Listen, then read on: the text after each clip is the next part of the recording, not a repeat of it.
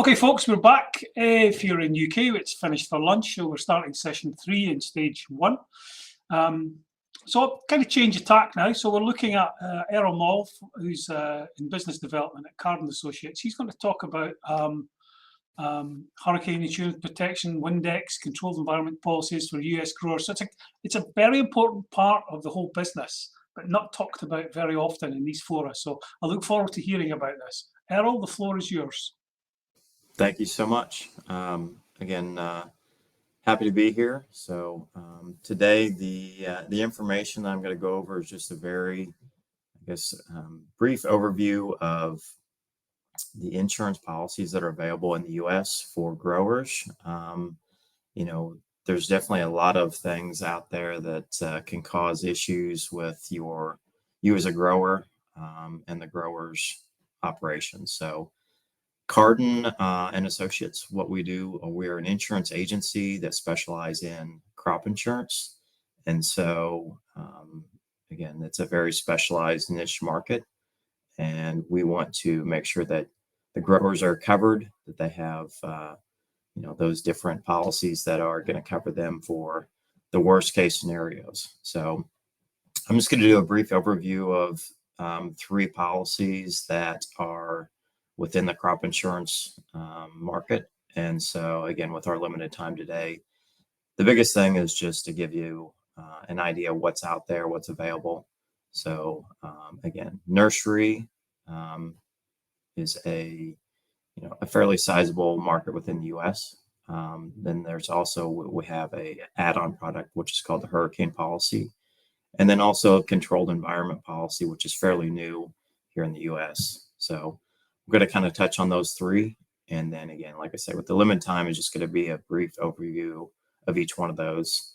And then at the end, we'll have our contact information. So if you have any more interest or want to know more, feel free to reach out. So what is the Nursery Value Select program? It's essentially a subsidized insurance program for U.S. growers.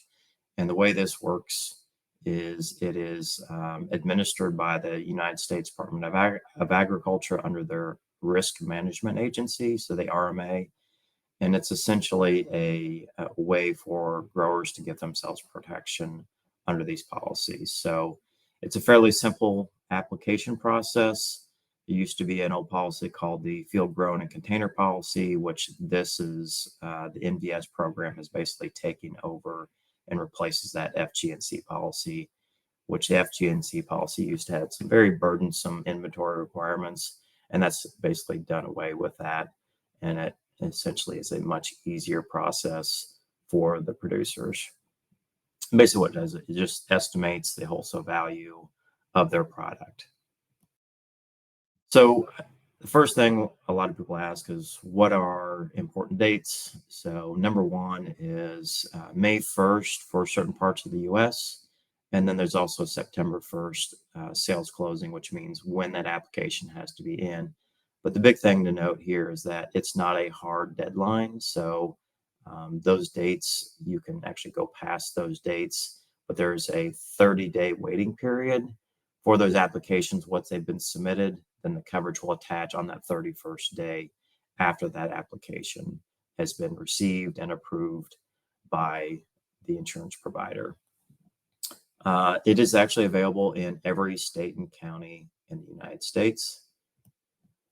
So what are the coverage qualifications? So the biggest thing that producers have to realize is that this is for wholesale marketing. So at least 40% of the gross income for these producers have to be from wholesale. So whether that's to landscape companies, to other retailers, it has to be, again, that 40% number. You have to meet all requirements for insurability. Again, an agent can kind of go over what all is included in that. But basically, it has to be grown in appropriate medium and grown and sold with the root system attached. That's kind of a key point there. So the benefits of this NVS policy, it is a very personalized coverage. And again, there's different categories of plants. that you can insure. So you can insure, 1, 2, 3 categories. And again, you can decide how you want to do that. Again, you can personalize it based upon what the producer wants to do. So there are 10 plant categories. I'll show you what those are here shortly. And you'd basically submit a expected inventory value for each one of those. And then from there, you can decide what you want for coverage. So again, that's why it's called value select, the nursery value select. You can actually increase that value upward twice a year. And then those plant prices, it's essentially based upon that grower's sales records instead of a regional pricing for that individual plants. So again, if you as the producer can sell something for $20 per plant, and the neighbor down the road is selling it for 12, we're going to use your $20, what you're able to sell it for. It's a fairly simple loss adjustment process compared to what it used to be. So again, it's definitely something where an adjuster for the insurance company will work with that producer to be able to figure out what the loss is and go from there. There's also some additional options as part of this policy. There's the OLO, which is the current loss option. It basically reduces your claim. It's a 10% threshold. Once you cross 10% loss, then it will start to kick in a claim. So here are the different 10 plant categories that are part of this NVS policy. And again, we've got a large list that would show what genus species would fall into each one of these categories. So an agent can work with the producer to figure out what would fall into each one of these categories. So let's talk about a little bit, as far as the eligibility and what the covered perils are. Again, eligibility is, as I talked about, that selected value per insured plant category. You can't exceed the highest estimated monthly inventory for each of those plant categories. And there are different coverage level ranges, and I'll talk about that here shortly as well.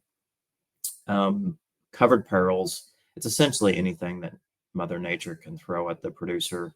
So adverse weather conditions, fire, wildlife, earthquake, volcanic eruption. Again, as I mentioned, this is all 50 states. So, not everyone's going to have volcano within their area. But again, just know that it is a Mother Nature adverse weather adverse weather conditions. So, there will be potentially insects, diseases, things like that are going to be part of this covered peril. So damage due to cold temperatures is part of that as well. So the different coverage levels range from 50 to 75%. When I talked about it's subsidized by the United States Department of Agriculture, is that, this is a way for the government to help producers and to essentially give them premium support for these different policies. So the higher the coverage level, the less subsidy. But again, it's total dollars you're paying. An example with the 60% policy, the producer is paying 36% of the total premium. So the OLO and the HIP policies are actually also available for purchase, as I will cover here shortly. And they also have what they consider a peak endorsement, which is available, which is fairly new as well. So the LOL is a buy-up option. It reduces that loss threshold to 10%, like I mentioned. The peak endorsement is new for this crop year, 2026. It's designed for growers such as poinsettias, mums, things like that, where they have one big peak season, one or two throughout the year. So what's a loss example for nursery? So number one is we're talking about this with as an OLO policy, buy-up. So if you have a basic coverage of 70%, you have a palms category of your $200,000 of value. Essentially, a 70% coverage is you have $140,000, which again, 70% of 200,000, and you have a $60,000 deductible. So under that standard nursery policy, if you have 250 queen palms valued at $200 a piece, for that loss, it would be $50,000 a loss. Under your standard policy, that's only a 25% loss. So you're not going to have a loss. No indemnity would be payable under that standard. But with the OLO policy, you now meet that 10%. So anything over 20,000, in this case, you have a $50,000 loss times 70% coverage. You now have a $35,000 indemnity that's due. Again, this OLO is additional cost for that, but again, you can see it definitely makes a difference on loss time when those smaller losses happen. What does it take to get a quote for an insured or a grower? You again have to have that 40%. It has to be wholesale. So you need a copy of the catalog, which is going to show their plants that they have available for sale and the cost of those. And we also, again, they need to select what their value is for each of those categories. So it's fairly simple what they need, but again, you can see here is those are the main things that we need for an insured to get a quote. Let's kind of shift gears a little bit and talk about the hurricane policy. So this is an add-on to other programs. So you cannot buy a HIP policy on its own. So essentially you can buy up to a 95% coverage with this. It does require that underlying, in this case, NVS policy. And what they do is they use NOAA data to essentially show rainfall, wind speeds, things like that. So it's a third party that they're using to essentially pay those claims off of that. In addition to the HIP program, there's also another option that's available with that. It's called tropical storm, and I'll touch on those here in a second. So the benefits of the HIP policy are you can buy a 1 to 100% of the deductible. So again, you buy 95%, you can actually reduce what that total amount is to essentially adjust your premium to where a producer wants that at. These are all subsidized at 65%, so the producer is paying 35% on all these covered ranges. Again, we're using NOAA data to track which counties would experience that hurricane force winds. So again, that's going to be something that's going to be published 2 to 3 weeks after the storm event to see if they qualify for a loss. And then if there is a loss, that HIP policy is going to be paid out the entire value of it. Whereas a tropical storm option, it's going to pay 50% of what the HIP would be. So I'll go through an example of how this will work. I guess, first of all, let's talk about where this is available. So you can see any place within the U.S. where there's red, those counties, those all have a HIP policy available for all those areas. So here's the example I was talking about. So $100,000 of total, let's say in this case, you have 100,000 within a category.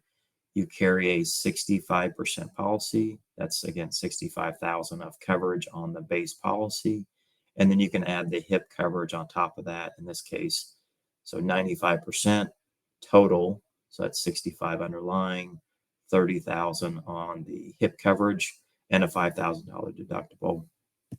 If there's a qualifying event, then the HIP policy would pay the entire $30,000 on that policy. So the HIP policy, you can add this tropical storm, which is an option in addition to the HIP policy. And basically what this does is it looks at that same NOAA data. So to qualify for that, you have to have at least 6 inches of rain over 4 consecutive days. And this wind speed must reach at least 39 miles an hour. So again, those are kind of the qualifications for the tropical storm. And the way that works is that it's essentially going to trigger 50% of what the hurricane policy is. Now, again, you can have more than one qualifying event, but each time it gets paid out. So an example, you get one tropical storm, it's going to pay, in this, our scenario before, where there's that $30,000 total, it would pay half of that, so $15,000. If you had a second qualifying event, whether another tropical storm or a hurricane, it would pay the remainder of that. So again, you can't go over top of that entire amount, but again, it's going to be 50% for a tropical storm, and the second one would be the other 50%, or the full amount total if there was a hurricane. So again, the application process for that, again, the insured applies for that with your underlying coverage. And once you apply for that, there is that 30-day waiting period. And then 31st day that coverage will come in place once the application has been approved by the insurance provider. Okay, so let's talk about some loss history since this policy has been in place. So this map shows, it's kind of small here, but you can see that the darker the color, the more times it's paid out. This is from July to February of 2025. So over the course of those years, the darker the color, which shows the darkest color, is 4 times, and the lightest, of course, is 0. But then the pink colors would be a tropical storm payout. So you can see there's been a lot of areas that have had quite a few payouts over that course of time. So let's switch gears and talk about the controlled environment policy. So this is new for the crop year of 2024. You can write this with a nursery value select policy. But the biggest thing to understand is that this is very similar to the NVS policy. It just has different covered perils. So your adverse weather policy, or adverse weather, was definitely part of what the NVS policy is. Basically, the controlled environment policy, the perils are going to be destruction order for plants due to a plant disease or contamination that happened within that, for that individual controlled environment. So, and there also would be covered for quarantine with a recommendation to destroy those individual plants. So again, those are really the covered perils for the controlled environment policy. So destruction order and then the quarantine, but with, again, a recommendation to destroy. So the coverage levels are very similar as the NVS policy. It's a 50 to 75% coverages with a 5% increments as part of that. Sales closing, again, which is when these applications need to be done by, are going to be May 1st for your Atlantic Coast states, the Gulf Coast states, and West Virginia, and then all the other states are going to be September 1st. But again, it's not a hard deadline. You have that additional 30-day waiting period, so you can get coverage in that. They would just prorate those premiums, and then that coverage would, again, be prorated based upon when you actually apply for that coverage and it gets accepted. So as far as the CE policy, these have to be part of a fully enclosed permanent structure. The growers must also have a self-certified biosecurity protocol that goes with that. And again, you have to be grown in optimal growing conditions. And then the other thing is going to be that still with that 40% of the gross income must be from wholesale clients. So you are essentially selling to the retailers who sell, to those end users. Landscape contractors will be, essentially selling to those that would qualify for that wholesale. Government entities or organizations, and then selling to commercial fruit, vegetable, plants, and plant products. So again, this is very similar to the NVS in the fact of you have to have that 40% of wholesale. So again, the product itself, your coverage is that destruction order for plant diseases, contamination introduced into the controlled environment and no fault of the operator. So it, again, has to be unknowingly introduced into this operation. And again, the grower must have executed their biosecurity plan for this to be a covered peril. So what are some of the benefits and challenges of the CE policy? So again, the benefits are it's one insured for that loss, disease, contamination. It is a simple application process, and also the renewal is fairly simple as well. Your inventory is not required to apply at the time. So again, you can add inventory later on, but again, it's based upon kind of your history as far as what you typically grow and that sort of thing. It is a very customizable policy, very similar to the NVS. Prices are determined from the producer sales history. You can have other insurance on the same plants. And then the challenges are going to be that you have thousands of plants on one policy, a very fluctuating inventory, and there's no real typical operation. So this could be what types of protection, the time to market, production practices, all those different things that are part of this. Then the next thing is going to talk about the individual coverages. So there's 3 essentially production practices: soil, hydroculture, and then other growing media. And then there's different what we consider coverage types. So you have a very basic coverage, which is a catastrophic or CAT coverage. And there's also a buy-up coverage, considered the additional coverages for those. And again, the value of time here, I'm going to continue to kind of go through this. So there are 10 different plant categories that fall under the CE. And again, you can decide, the grower can decide what they want to cover for those individual plant categories. So you can see those here. And again, an agent can help decide what would fall within each of those categories. Availability, as I said before, here's where the CE policy is currently available in the US. These are the May 1st sales closing. Again, that's not a hard deadline. Other states that are available, you can see here, is a September 1 sales closing or application deadline. So I know I'm at our 20 minutes here, so I want to make sure that we have enough time for some questions. So again, here's our contact information at Cardin. If you want to reach out at some point in time and ask more questions, get additional information, we'd be happy to help you or any growers that you know that are interested in looking at this policy or any of these policies. Thanks for that, Errol. It's been a very different talk for this one, but actually completely and utterly relevant, it has to be said. People do tend to forget about this. Also, from a UK perspective, I'm completely envious that you have a subsidised insurance structure, because we have nothing like that in the UK. Yep. Anyway, so interesting questions. I'm getting the feel from the policies you've talked about there, they're just specifically for the produce, not the growing infrastructure as well. That is correct. So it is just for the plants that are produced. So presumably, if you want to insure the infrastructure, that's just a classic kind of buildings insurance. Correct. That's your property casualty. Yes. Yep. Cool. Okay, that's fine.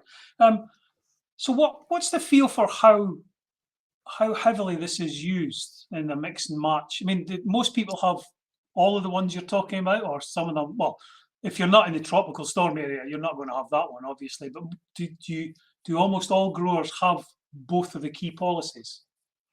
Well, the NVS policy is, it depends on where you're located at.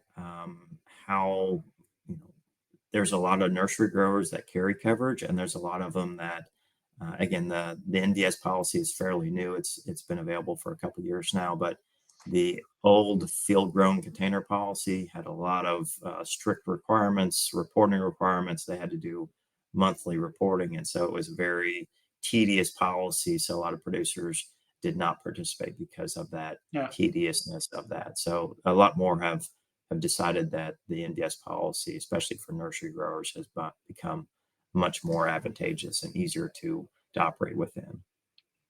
Cool. So you're in an interesting environment at the moment in the States. Is this insurance setup likely to change? Is there any, or is that fairly well bedded? It does look like the US Agriculture Department is going to back out of anything.